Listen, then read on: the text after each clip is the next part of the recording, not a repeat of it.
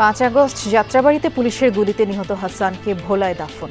হত্যার বিচার সহ আওয়ামী লীগ নিষিদ্ধের দাবি। সমন্বয়কের মাধ্যমে একটা করে লাশ ঢাকা মেডিকেল ফরেস্টনিক মর্গে থেকে বের করছে। 6টা বের করার পরে 7টার কালে আমার এই ছেলের লাশ আমরা শনাক্ত করি।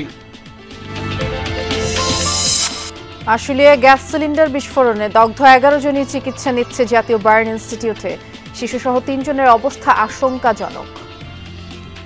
আগুন ধরাইতে যায় মানে গ্যাস ছড়া গেছে বুঝতে পারে নাই। টোটাল 11 জন আছে, 11 জনই সিরিয়াস অবস্থা। আমরা আল্লাহর কাছে দোয়া করি আল্লাহ যেন আমাদের সাহায্য করে। টঙ্গীর তুরাগ তীরে খিত্তায় খিত্তায় চলছে বিশ্ব ইজতেমার তালিম। দেশ বিদেশের মুসল্লিদের অংশগ্রহণ, কাল আখেরি মোনাজাত। ব্যাটারি চালিত রিকশা, অবৈধ পার্কিং সহ নানা কারণে নারায়ণগঞ্জে বাড়ছে যানজট। 15 বছর ধরে ব্যবহার না থাকায় পরিত্যক্ত জামালপুর পৌর বাস টার্মিনাল। 16 বছর যাবত স্ট্যান্ডটা বন্ধ হয়ে আছে। উদ্বোধনের 1 বছর ভালোভাবে চলছে। এখানে কোন গ্যারান্টি আছে? এটা কোন সময় ব্যাংকে পড়বে, কয়জন কার উপরে? ক্যান্সারে আক্রান্ত মা ছেলে, বাবার প্যারালাইসিস। খুলনার হতভাগা পরিবারটির দুর্বিষহ জীবন। চিকিৎসার খরচ জোগাতে হিমশিম অবস্থা।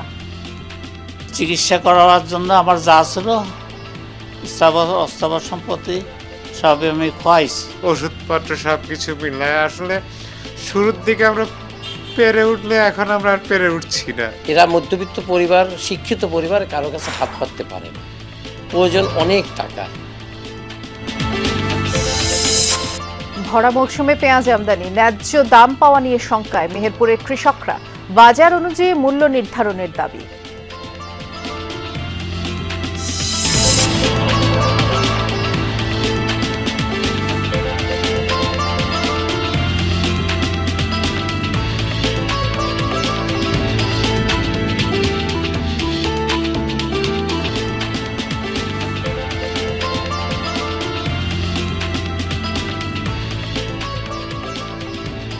বিরতিহীন সংবাদ সারা দেশে সবাইকে আমন্ত্রণ জানাচ্ছি। নুসরাত বৃষ্টির সাথে আছি। শিরোনামগুলো শুনছিলেন।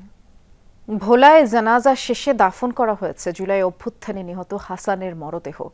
যাত্রাবাড়িতে ইলেকট্রনিক্স দোকানের কর্মচারী হাসানের মরদেহ প্রায় 6 মাস পর ডিএনএ টেস্টের মাধ্যমে শনাক্ত করা হয়। এরপরে আনুষ্ঠানিকতা শেষে পরিবারের কাছে হস্তান্তর করা হয়। জুলাই অভ্যুত্থানের সব হত্যাকাণ্ডের বিচার দাবি করেছেন হাসানের পরিবার ও এলাকাবাসী। 6 মাস পর নিজ বাড়িতে ফিরলেন হাসান। তবে এবারের ফেরাটা একেবারেই ভিন্ন। পরিবারে নেই আগের মতো হাসি, প্রাণ, চাঞ্চল্য। কফিনবন্দি হাসান এখন শুধুই স্মৃতি।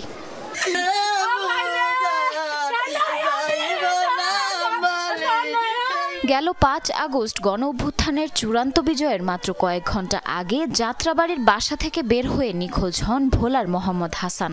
এরপর থেকেই আর খোঁজ মিলছিল না তার। ঢাকা মেডিকেলের মর্গে থাকা মরদেহের পরিচয় শনাক্তে জানুয়ারিতে করা হয় ডিএনএ পরীক্ষা। 1 মাস অপেক্ষার পর হাসানের মরদেহ বুঝে নেয় স্বজনরা। 5 মাস 12 দিন পর্যন্ত মর্গে বিভিন্ন লাইনে খোঁজাখুঁজি করতে আছে, কিন্তু আমার সন্তান পাইতে আসি না। পরে ঢাকা আমাদের সমন্বয়কের মাধ্যমে ঢাকা মেডিকেল মর্গে থেকে একটা করে লাশ বাইর করার পরে 6 মাস 17 দিন পরে আমরা কালকে লাশ আমাদের কাছে হস্তান্তর করেছে। ওর ফেসের অবস্থা আসলে এতটাই খারাপ অবস্থা ছিল যে ফেস দেখে কেউ চিনতে পারবে না, কিন্তু আমরা তো তার পরিবারের লোকজন, আমরা তার ড্রেস আপ দেখে, তার হাতের একটা কাটা দাগ দেখে আমরা তার শনাক্ত করি। ভোলা সদরের কাসিয়া শাহমাদার মাধ্যমিক বিদ্যালয়ের মাঠে জানাজা শেষে স্থানীয় কবরস্থানে দাফন করা হয় হাসানকে। জুলাই অভ্যুত্থানে হওয়া সব হত্যাকাণ্ডের বিচার দাবি করেছেন হাসানের পরিবার ও এলাকাবাসী। পরিবার অনেকে বড় ছেলে কামাই করে নিয়েছিল, একটু পড়ালেখাও করছে, একটু কামাইও করছে, করে সংসার চালাইছে। আমার ভাই হত্যার বিচার চাই। আমার ভাইকে কেন হত্যা করেছে? আমার ভাই কি অপরাধ করেছে?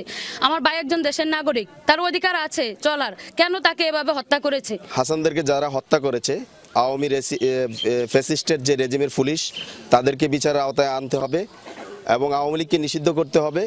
আর ইন্টারিম গভর্নমেন্টের কাছে দাবি থাকবে যে অতি দ্রুত সময়ের মধ্যে যে শহীদ পরিবারগুলিকে পুনর্বাসন করে তাদেরকে শহীদদেরকে রাষ্ট্রীয় স্বীকৃতি দিতে হবে। হাসানের দাফন শেষে শেখ হাসিনার বিচার ও আওয়ামী লীগের নিষিদ্ধের দাবিতে বিক্ষোভ মিছিল বের করে ভোলার বৈষম্য বিরোধী ছাত্র আন্দোলন। জারিন অর্নি, যমুনা নিউজ। জনগণের হাতে জনগণের ক্ষমতা তুলে দিতে ভোট আয়োজনে অন্তর্বর্তীকালীন সরকারের এখন মূল দায়িত্ব, এমন মন্তব্য করলেন বিএনপির সিনিয়র যুগ্ম মহাসচিব অ্যাডভোকেট রুহুল কবির রিজভী। সকালে কুমিল্লার মেঘনা উপজেলার বিএনপির দ্বিবার্ষিক সম্মেলনে তিনি অংশ নেন।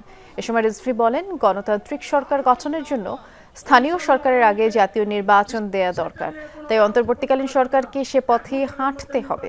গণতান্ত্রিক সরকারের কাছে ক্ষমতা হস্তান্তরের জন্য তারা একটি সুষ্ঠু ও নিরপেক্ষ নির্বাচনের আয়োজন করবে বলেও আশা প্রকাশ করেন রুহুল কবির রিজভী। জনগণের কাছে জনগণের ক্ষমতা ফিরিয়ে দিয়ে অবাধ সুষ্ঠু নির্বাচনের দায়িত্ব পালন করা হচ্ছে ডক্টর ইউনূস সাহেবের সরকারের প্রধান দায়িত্ব। এখানে স্থানীয় সরকার নির্বাচন আগে করার কারণটা কি আমি জানি। প্রয়োজনীয় সংস্কার শেষে নির্বাচন করলে তা বেশি গ্রহণযোগ্য হবে বলে মন্তব্য করেছেন আমার দেশ সম্পাদক doctor Mahmudur Rahman.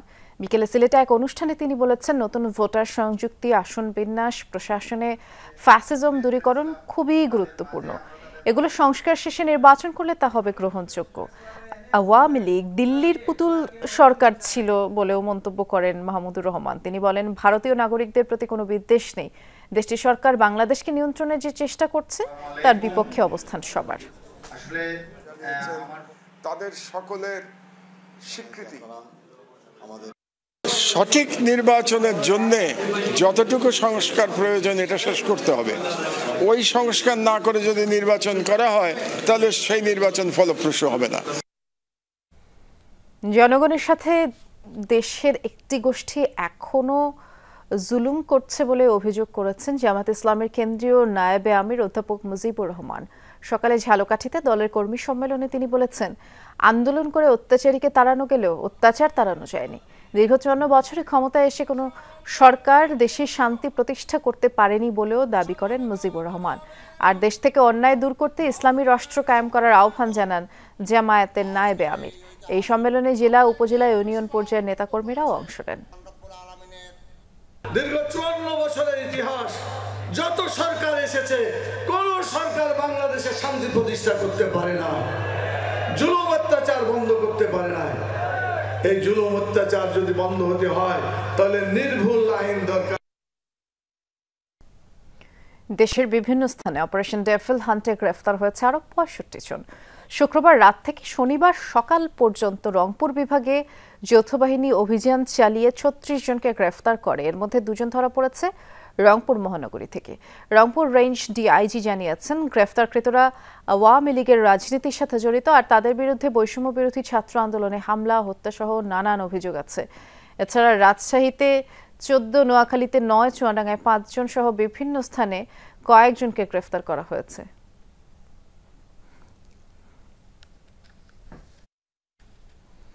আশুলিয়ায় gas cylinder বিস্ফোরণে দগ্ধ 11 জনের মধ্যে শিশুসহ 3 জনের অবস্থা আশঙ্কাজনক বলে জানিয়েছেন চিকিৎসকরা।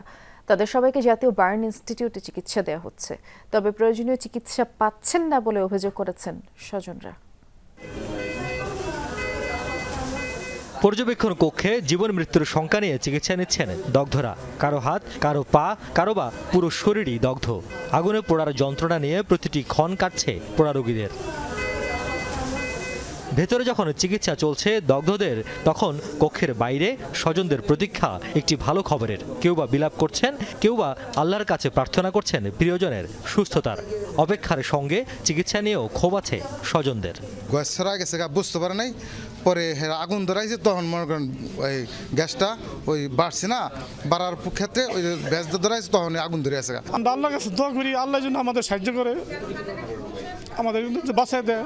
আল্লাহ যদি, আল্লাহ তো সবই করতে পারে, আল্লাহ ছাড়া আমাদের উপায় নাই। সরকারের কাছে আবেদন করতেছি, তাদেরকে ইমার্জেন্সি আইসিইউতে নেওয়া হোক বা যতটুকু দেওয়া দরকার চেষ্টার দিন কোনো কমি না করে, আমরা তাদেরকে আকল আবেদন।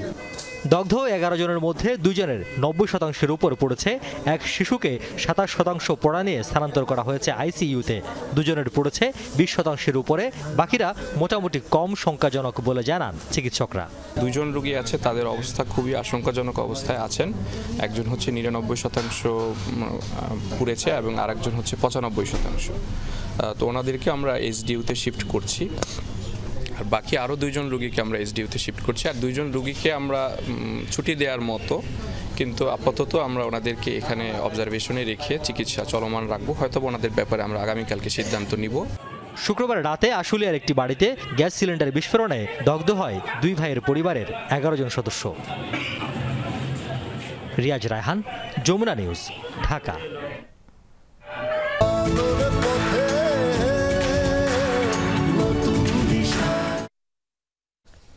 আখেরি মোনাজাতের মধ্য দিয়ে রোববার শেষ হবে মাওলানা সাদ অনুসারীদের বিশ্ব ইজতেমা। বেলা 12টায় আখেরি মোনাজাত, যা পরিচালনা করবেন মাওলানা সাদ কান্থলভির ছেলে ইউসুফ বিন সাদ। আর দ্বিতীয় দিনে ইবাদত বন্দেগীতেই সময় কাটাচ্ছেন মুসল্লিরা। খিত্তায় খিত্তায় ঈমান আকীদার তালিম চলছে। এখন পর্যন্ত ইজতেমা ময়দান থেকে 3 জনের মৃত্যুর খবর পাওয়া গেছে। বয়ান দিয়ে শুরু দিনের আনুষ্ঠানিকতা। তাবলিগ জামায়াতের মাওলানা সাদ অনুসারীদের ইজতেমায় সকালে বয়ান পেশ করেন দিল্লি নিজামুদ্দিনের মাওলানা ইলিয়াস বিন সাদ। বেলা গড়ানোর সাথে খিত্তায় খিত্তায় ঈমান আকীদার তালিম আর ইবাদতে মশগুল হন মুসল্লিরা। আমাদের এই বয়সে মাদ্রাসা এবং পড়ার সুযোগ নাই। এটা হচ্ছে একটা চলতি ফিরতি মাদ্রাসা। এই মাদ্রাসা থেকে যেভাবে আমরা দ্বীনি শিক্ষা নিতে পারি, যারা আমির মানে তাদের ইজতেমা আমরা আসলে শিখতে আসছি এখানে, ঈমান আর আমল শিখতে আসছি এখানে। আমার নিজের ঈমান কীভাবে বাড়ানো যায় এবং আমরা আমল কীভাবে শিখতে পারি, আমলগুলো কীভাবে করতে পারি, মূলত এটা শিখতে আসছি। আমরা এখানে যারা আছি দিন বুঝবো, দিনের উপর চলবো এবং এই দিনের দাওয়াত না আমার মহল্লায় ছড়ায় পড়বো। মাওলানা সাদপন্থীদের ইজতেমায় যোগ দিয়েছেন 49 দেশের প্রায় 1,500 অতিথি।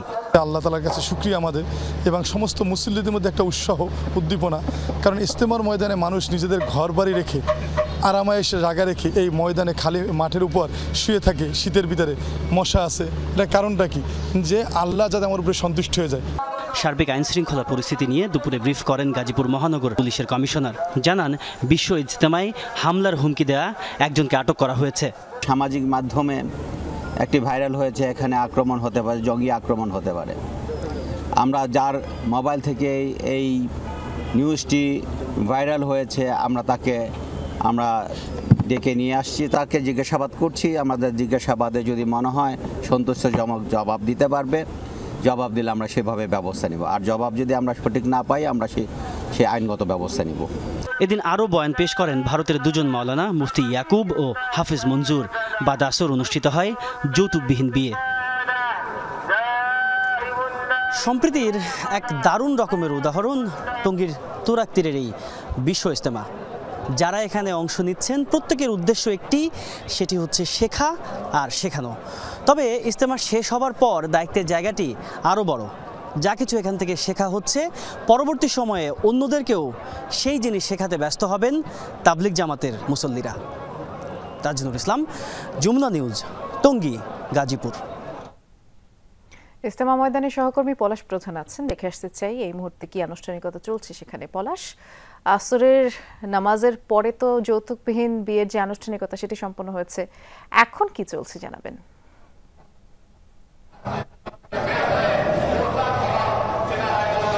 নুসরাত, আসলে বিয়েটি এখনো চলমান রয়েছে, আনুষ্ঠানিকতা শুরু হয়েছে। আমরা যে বিষয়টি জেনেছি যে অর্থাৎ মিডিয়া সমন্বয়কারী যিনি রয়েছে মাওলানা সায়েম, তিনি যে বিষয়টি বলছে যে 7 জোড়া ভরকর্ণে আসলে এখন যে বিয়েটি সেটি আনুষ্ঠানিকভাবে শুরু হচ্ছে, সেটি পরিচালনা করছে মাওলানা সাদ কান্থলভির ছেলে ইউসুফ বিন সাদ কান্থলভি। সেটি আসলে পরিচালনা কিছুক্ষণের মধ্যে সেটি শেষ হবে। অর্থাৎ এখনো যে আনুষ্ঠানিকতা সেটি সম্পূর্ণ হয় নাই, সম্পূর্ণ শেষ হলে ঠিক এখানেই যারা বড়রা রয়েছে তার আত্মীয় স্বজন অর্থাৎ বাবা মা সহ 2 পক্ষেরই এখানে এসে আসলে তারা খেজুর বিতরণ করবে। এখানে যারা মুসল্লিরা দেখতে পাচ্ছেন সবাইকে আসলে মিষ্টি মুখ করানো হবে। এটি মূলত প্রত্যেকটি আয়োজনের পরপরই মূলত এই মিষ্টি বিতরণ করা হয় এবং মিষ্টি খাওয়ানো হয়। এই যে আনুষ্ঠানিকতা এটি কিন্তু আসলে কিছুক্ষণের মধ্যে শেষ হবে। এরপর আম্বয়ন হবে, সেই আম্বয়নটি রাত 10টার পর সেটি শেষ হবে। এখনো মূল ময়দান থেকে অর্থাৎ মূল মঞ্চ থেকে আম্বয়ন শুরু হচ্ছে, সেটি আসলে শেষ হবে রাত 10টা 10টা পর্যন্ত। এরপর 10টার পর থেকে আগামীকাল ফজরের পর থেকে টানা আহ্বায়ন চলবে। টানা আহ্বায়ন চলবে 11টা পর্যন্ত। এরপর 11টা থেকে 12টা পর্যন্ত 1 ঘন্টা মাওলানা সাদ সাহেবের যে বড় ছেলে রয়েছে ইউসুফ বিন সাদ, তিনি হেদায়েতি বয়ান দিয়ে সেটি আসলে আখিরি মোনাজাত দিয়ে এই 2025 সালে যে 18তম বিশ্ব ইজতেমা সেটি সম্পন্ন হবে। নুসরাত, ধন্যবাদ আপনাকে পলাশ।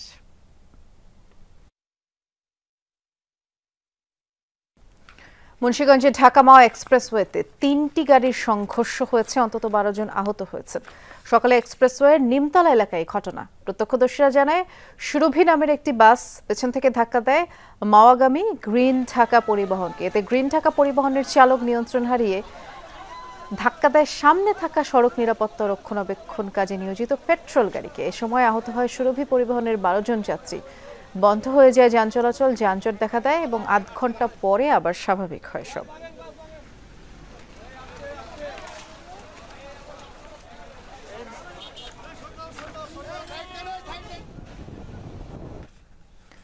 ফরিদপুর বাস টার্মিনাল থেকে একই নম্বরের 2টি বাস জব্দ করেছে পুলিশ এবং বাস দুটির মালিক ওয়ার্ড আওয়ামী লীগ ও শ্রমিক নেতা। এমন অনিয়মে ক্ষুব্ধ পরিবহন শ্রমিকরাও প্রশাসনের কাছে কঠোর ব্যবস্থা গ্রহণের দাবি জানিয়েছেন তারা। সড়ক নিয়ম অনুযায়ী একটি বাসের জন্য একটি নম্বর প্লেট, কিন্তু ফরিদপুর সদরের এই বাস টার্মিনালে দেখা মিলল ভিন্ন চিত্রের। একই নম্বর প্লেটের 2টি বাস চলছিল নিয়মিত। বাস দুটির মালিক ফরিদপুর মোটর শ্রমিক ইউনিয়নের ভারপ্রাপ্ত সাধারণ সম্পাদক নাজমুল হক। তিনি পৌরসভার 9 নম্বর ওয়ার্ড আওয়ামী লীগের সাংগঠনিক সম্পাদকও। গেল 3 মাস ধরে একই নম্বরের তার একটি বাস আপন পরিবহনের ব্যানারে ঢাকা রুটে চলছিল, অন্যটি জনসেবা পরিবহনের ব্যানারে চলত খুলনা রুটে। ছাত্র জনতার সহায়তায় বাস দুটি জব্দ করেছে প্রশাসন। উদ্ধার করার পরিপ্রেক্ষিতে আমরা আটক করে আমাদের হেফাজতে নেওয়া হয়েছে। পরবর্তীতে এটা যাচাই বাছাই করে দোষী ব্যক্তিদের শনাক্ত হলে আইনানুগ ব্যবস্থা নেওয়া হবে। অনিয়মের কথা স্বীকারও করেছেন বাস মালিক নাজমুল। তার দাবি, এভাবে আরও অনেকেই সড়কে নামিয়েছেন বাস। আইনগত পারি না, এটা আমার অন্যায় হোক ভুল হোক হয়েছে, সেটা আইনগতভাবে যেটা করবে প্রশাসন আছে। ওই এক গাড়ি আর 1 নাম্বার অনেকগুলোই চলে, ঘটনা পাওয়া যাবে ইনশাল্লাহ। অনিয়মে জড়িত সব বাস মালিককে গ্রেফতারের দাবি পরিবহন শ্রমিকদের। এটা একটা অবৈধ প্রক্রিয়া, এটা প্রশাসনের ব্যাপার, প্রশাসন দেখবে এটা কিভাবে কেন এটা হইল। একই নম্বরে যেহেতু 2টা প্লেট কোনো অবস্থাতেই চলতে পারে না, এটাও ক্ষমতার অপব্যবহার হচ্ছে। গাড়ি মালিক কখন কোন গাড়ির নাম্বার প্লেট কখন কি করে না করে এটা মালিকেরই বিষয়, এটা শ্রমিকের বিষয় না, সেটা আমার ড্রাইভারেরও বিষয় না, আমার সুপারভাইজারের বিষয়ও না। নাজমুল হকের মালিকানাধীন মোট 3টি বাস রয়েছে। হুমায়ুন রশিদ, যমুনা নিউজ। নারায়ণগঞ্জ নগরীর অন্যতম সমস্যা যানজট। পরিকল্পিত উদ্যোগের অভাবে এই ভোগান্তি থেকে রেহাই মিলছে না। ব্যাটারি চালিত রিকশা ও ইজি বাইকের অনিয়ন্ত্রিত চলাচল, ফুটপাত দখল, অবৈধ স্ট্যান্ড ও ট্রাফিক আইন অমান্যের কারণে কোথাও কোথাও দিনভর যানজট লেগেই থাকে। নগরবাসীর এই দুর্ভোগ লাঘবে যৌথভাবে কার্যক্রম শুরু করেছে জেলা প্রশাসন, সিটি কর্পোরেশন ও পুলিশ। নারায়ণগঞ্জ নগরীর প্রাণকেন্দ্র চাষারা গোলচত্বর এলাকা। প্রধান সড়ক জুড়ে অসংখ্য ইজি বাইক আর ব্যাটারি চালিত অটোরিকশার চলাচল। পাশেই সোনালী ব্যাংক ও সমবায় মার্কেটের সামনে আবার গড়ে উঠেছে 3 হুইলার ও সিএনজি চালিত অটোরিকশার স্ট্যান্ড। দিনভর এই এলাকায় যানজট লেগেই থাকে। বঙ্গবন্ধু সড়কের চাষারা থেকে নিতাইগঞ্জ এবং খানপুর থেকে টানবাজার মাত্র 5 কিলোমিটার রাস্তা, কিন্তু যানজটের কারণে কখনো কখনো এই পথটুকু পাড়ি দিতে সময় লাগে 2 থেকে 3 ঘন্টা। চরম দুর্ভোগ পোহাতে হয় চলাচলকারীদের। কলেজ স্কুলে কোনো জায়গায় ঠিকভাবে এই যানজটের কারণে আমাদের লেট হচ্ছে, অফিসের কোনো কাজ এবং অ্যাবসলিউটলি কোনো কিছু এক্স্যাক্টলি আর কি হচ্ছে না। মেন সমস্যা তো অটোর জাম, তো বাস্তা অটোর কারণে বড় অটোগুলা আজে বাজে বিশৃঙ্খলাভাবে থাকে। ওনারা যেখানে মন চায় ওখানেই খাড়া থাকে, ঠিক আছে, ওনারা পারে না যে রাস্তা দখল করে রাখতে। অন্যান্য সড়কেও রয়েছে কম বেশি যানজটের ভোগান্তি। স্থানীয়রা বলছেন ফুটপাত ও রাস্তা দখল করে ভ্রাম্যমান দোকান, যেখানে সেখানে যানবাহনের অবৈধ স্ট্যান্ডের কারণে সরু রাস্তা আরও সংকুচিত হয়ে পড়েছে, ফলে দেখা দিচ্ছে যানজট। মিশুক অটো আর এই বাসগুলো দেখেন, যে বাসগুলো আর নিচে রাস্তা যে দোকানগুলো আছে এগুলো সরাই দিলে চলবে। আমরা যদি বলি আমরা এটা চামড়া ছুটতে অনেক ছুটলে পরে ছাড়বো, ওনারা বলে কি এটা তো এই দিক দিয়ে আসতেছে, ডান পাশ দিয়ে আসতেছে, বাম পাশ দিয়ে আসতেছে, মানে ওনারাই আমাদের সাথে তর্ক করে। এই ভোগান্তি থেকে নগরবাসীকে কিছুটা স্বস্তি দিতে কয়েকদিন ধরে যৌথভাবে কাজ করছে জেলা প্রশাসন, সিটি কর্পোরেশন ও পুলিশ। বিভিন্ন সড়কে চলছে অবৈধ স্থাপনা উচ্ছেদ। 8টি পয়েন্ট চিহ্নিত করে ট্রাফিক পুলিশকে দায়িত্ব দেয়া হয়েছে যাতে প্রধান সড়কে ইজি বাইক ও অটোরিকশা প্রবেশ করতে না পারে। মীর জুমলা রোড এবং শায়েস্তা খান রোড, দুটি রোডই আমরা শুনলাম যে রোড দখল হয়ে গিয়েছে। তো আমরা সেই দুটো রোডকে পুরোপুরি গাড়ি চলাচলের উপযোগী করার কার্যক্রম গ্রহণ করেছি। প্রাথমিকভাবে 8টি পয়েন্ট আমরা করেছি। 8টি পয়েন্ট থেকে আমরা অটোরিকশাগুলোকে আমরা ঘুরিয়ে দেব। যানজট নিরসনে নগরবাসীরও সহযোগিতা চায় প্রশাসন ও পুলিশ। জাহিদ হাসান, যমুনা নিউজ। 15 বছর ধরে ব্যবহার না থাকায় প্রায় পরিত্যক্ত জামালপুর পৌর বাস টার্মিনাল ভবনে ধরেছে ফাটল, পরিণত হয়েছে মাদক সেবীদের আখড়ায়। বর্তমানে ট্রাক রাখার কাজে ব্যবহার করছেন ইজারাদাররা। এতে করে ভোগান্তিতে যাত্রী আর চালকরা। পরস্পরকে দুষছে পৌরসভা ও বাস মালিক সমিতি। জামালপুর শহরের পৌরসভা টার্মিনাল ব্যবহার নেই দীর্ঘ 15 বছর ধরে। প্রায় পরিত্যক্ত ভবন, বিরাজ করছে ভুতুড়ে পরিবেশ। শহরের যানজট নিরসনে পুরনো ফেরিঘাট এলাকায় 2002 সালে চালু হয় পৌর বাস টার্মিনালটি। এরপর 7 বছর চলছিল ঠিকঠাক। 2009 সালে পৌরসভার সাথে বাস মালিক সমিতির দ্বন্দ্বে তা বন্ধ হয়ে যায়। কাউন্টার সহ বিভিন্ন কক্ষে ধরেছে ফাটল, চারপাশে ময়লা আবর্জনার স্তূপ। 16 বছর যাবত স্ট্যান্ডটা বন্ধ হয়ে আছে। উদ্বোধনের 1টি বছর ভালোভাবে চলছে। শ্রমিক, ড্রাইভার, স্টাফ নেড়া বেড়া হয়ে জায়গা তো মাটির মধ্যে পড়ে আছে, কেউ রাস্তায় পড়ে আছে, কেউ মানে বসার জায়গাও নাই। টার্মিনালটা ফাইটে গেছে, একটা মানুষ যাইছে বসবে, এখানে কোন গ্যারান্টি আছে? এটা কোন সময় ভাঙ্গে পড়বে, কয়জন কার উপরে কোনো গ্যারান্টি আছে? পৌর টার্মিনালটি বন্ধ থাকায় সদর বাস স্ট্যান্ড থেকে ছাড়ছে গণপরিবহন, ফলে কমছে না শহরের যানজট, বাড়ছে ভোগান্তি। তাই সব জটিলতা কাটিয়ে এটি আবারও আগের মতো সচল করার দাবি সচেতন মহলের। আমরা এই যে পরিত্যক্ত হয়ে যাওয়া টার্মিনালটাকে আগের অবস্থায় ফিরিয়ে নিয়ে আসা এবং সকল বাস যেন ওই টার্মিনালে পৌর টার্মিনাল থেকে ছাড়ে, এর জন্য আমি উদাত্ত আহ্বান জানাচ্ছি। টার্মিনালের দুরবস্থার জন্য একে অপরকে দুষছে পৌর কর্তৃপক্ষ ও জেলা বাস মালিক সমিতি।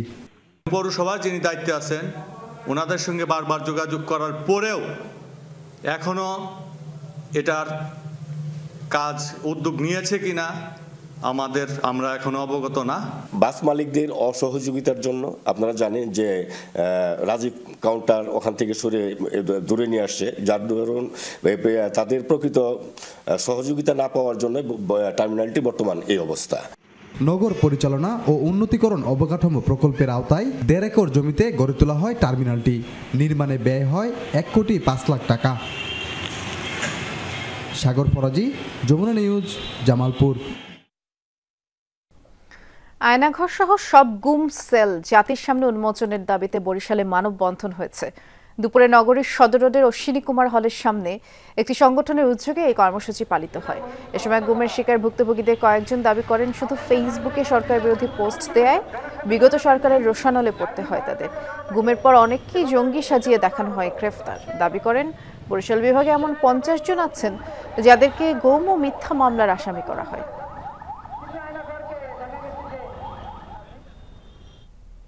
তিস্তা মহাপরিকল্পনা বাস্তবায়নের দাবিতে আগামী 17 ও 18 ফেব্রুয়ারি নদীর দুপারে অবস্থান কর্মসূচি পালিত হবে। আর দুপুরে রংপুরে সংবাদ সম্মেলনে এই তথ্য জানিয়েছেন তিস্তা নদী রক্ষা আন্দোলনের প্রধান সমন্বয়ক আসাদুল হাবিব দুলু। তিনি বলেছেন নীলফামারী ডিমলার সাতনাই থেকে শুরু করে রংপুর, লালমনিরহাট, কুড়িগ্রাম হয়ে গাইবান্ধার সুন্দরগঞ্জ পর্যন্ত তিস্তা অববাহিকার দুই পারে 230 কিলোমিটার এলাকায় লাগাতার অবস্থান কর্মসূচি পালন করা হবে। এর মধ্যে 45টি পয়েন্টের সমাবেশে নাটক, গান, অভিনয়, মানববন্ধন করা হবে। প্রথম দিন প্রধান অতিথি থাকবেন বিএনপি মহাসচিব মির্জা ফখরুল ইসলাম আলমগীর। মা ছেলে মরণঘাতী ক্যান্সারে আক্রান্ত, বাবার প্যারালাইসিস। খুলনার খালিশপুরের হতভাগা এই পরিবারটির এখন দুর্বিষহ জীবন। চিকিৎসা খরচ জোগাতেই হিমশিম অবস্থা। সরকারি বেসরকারি সহায়তার কামনা করেছে পরিবারটি। খালিশপুরের ক্রিসেন্ট জুট মিল গেটের সামনে বিআইডিসি রোডের ৭১৩ নম্বর বাড়ি। বসবাস ওয়ারিদ মাহমুদের। আগে একটি বেসরকারি প্রতিষ্ঠানে কাজ করতেন, শখ ছিল ফটোগ্রাফিরও। এখন লড়ছেন ক্যান্সারের সাথে। ২ বছর আগে একটি সড়ক দুর্ঘটনায় ওলটপালট ওয়ারিদের জীবন।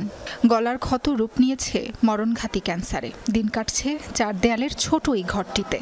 রিক্সায় করে আসতেছিলাম, ইজি বাইকে ধাক্কা দেয় আমাকে। তখন আমার হাত ভেঙে যাওয়ার মুখে আঘাত লাগে। ওই আঘাত থেকে ইনফেকশন হয়ে আর কি আমার ক্যান্সারটা খুব দ্রুত ছড়ায় যায়। স্টেজ 4-এ আছি আমি এখন। মরণঘাতী রোগ বাসা বেঁধেছে ওয়ারিদের মা মাহমুদা বেগমের শরীরেও। বছর 2 আগে গলার টনসিল থেকে টিউমার, তারপর ক্যান্সার। তবুও হার না মানা জীবন তার। ফজরের নামাজ পড়ে আগে ছেলের ওষুধ খাবার দাবার রেডি করে তারপরে স্বামীরটা জোগাড় করতে হয়। ওনার ওষুধ খাবার দাবার শেষ করে এর ভিতরে আমার নিজেরটা শুরু করতে হয়। ওষুধপত্র সবকিছু মিলায় আসলে শুরুর দিকে আমরা পেরে উঠলে এখন আমরা আর পেরে উঠছি না। স্ত্রী সন্তানের ক্যান্সার, অবসরপ্রাপ্ত স্কুল শিক্ষক বাবা দাউদ মিয়া কয়েক বছর আগে প্যারালাইসিসে হারিয়েছেন চলার ক্ষমতা। সব মিলিয়ে দুর্বিষহ পরিবারটি। 3 জনের চিকিৎসার খরচ জোগাতে হিমশিম অবস্থা।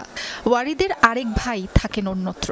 আমি 8 বছর যাবৎ প্যারালাইজড।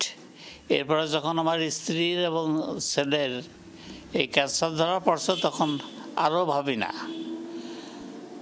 যে এদের চিকিৎসা করার জন্য আমার যা ছিল অস্থাবর সম্পত্তি সবই আমি খোয়াইছি।